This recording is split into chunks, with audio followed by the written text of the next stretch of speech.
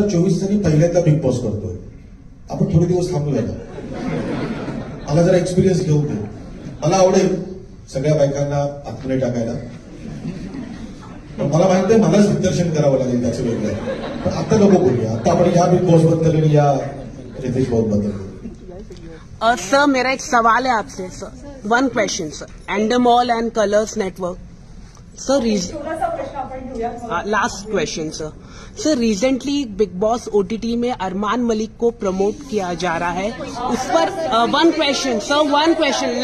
Late Endemol please. One question. He is a rape accused.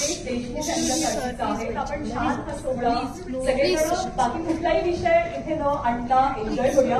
एक अगदी छोटासा प्रश्न केदार तुम्हाला मला विचारायचं की महाराष्ट्र हा एक असा प्लॅटफॉर्म आहे जिथे आपली मराठी माणसं अदर दॅन मराठी इतर भाषांमधलं पण कॉन्टेंट खूप पाहतात.